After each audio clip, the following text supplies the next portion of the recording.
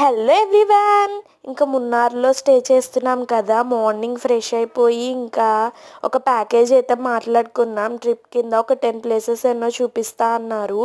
First వచ్చేసరికి కసువాలయానికి వచ్చాము. చూసారు కదా, వైట్ శారీస్, హ్యాండ్లూమ్ శారీస్ అనమాట. ఒక్కొక్కళ్ళు ఒక 12 అయితే తీసుకున్నాం మొత్తం కలిపి, ఒక్కొక్కరికి 2 చొప్పున.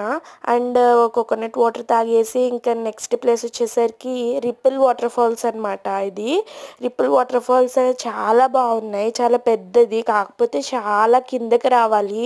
వెళ్ళేటప్పుడు ట్రెక్ చేసేలాగా ఉంటుంది అనమాట కొంచెం. బట్ వాటర్ ఫాల్స్ అయితే చాలా బాగున్నాయి. నేనైతే వైట్ వేసుకున్నా, మంచిగా అనిపించింది. అండ్ దాని తర్వాత అక్కడే లంచ్ కూడా చేసేసాం. కంజీ అంటారంట దాన్ని.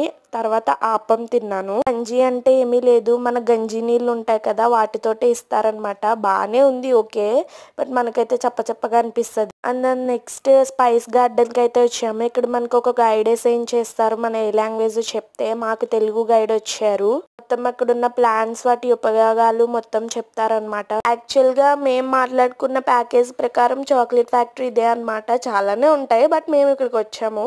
ఇక్కడ sugar less sugar, white chocolate, dark chocolate అన్నీ ఉంటాయి. డార్క్ చాక్లెట్ అయితే అస్సలు తినలేకపోయాం. వైట్